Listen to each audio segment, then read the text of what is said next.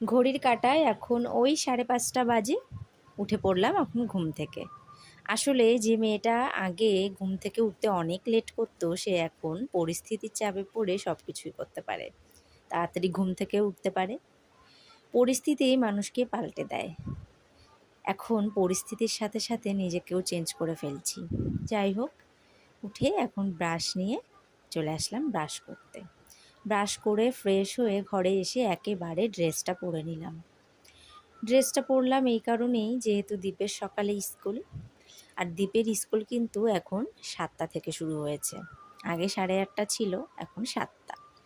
এখন 7টায় স্কুল হলে আমাকে তো আরও আগে উঠতেই হবে। এদিকে ওই জন্য একবারে ড্রেস পরে মাথাটাও আঁচড়ে পুরো রেডি হয়ে গেলাম। দীপও কিন্তু এখন আমার সাথে উঠে গেছে।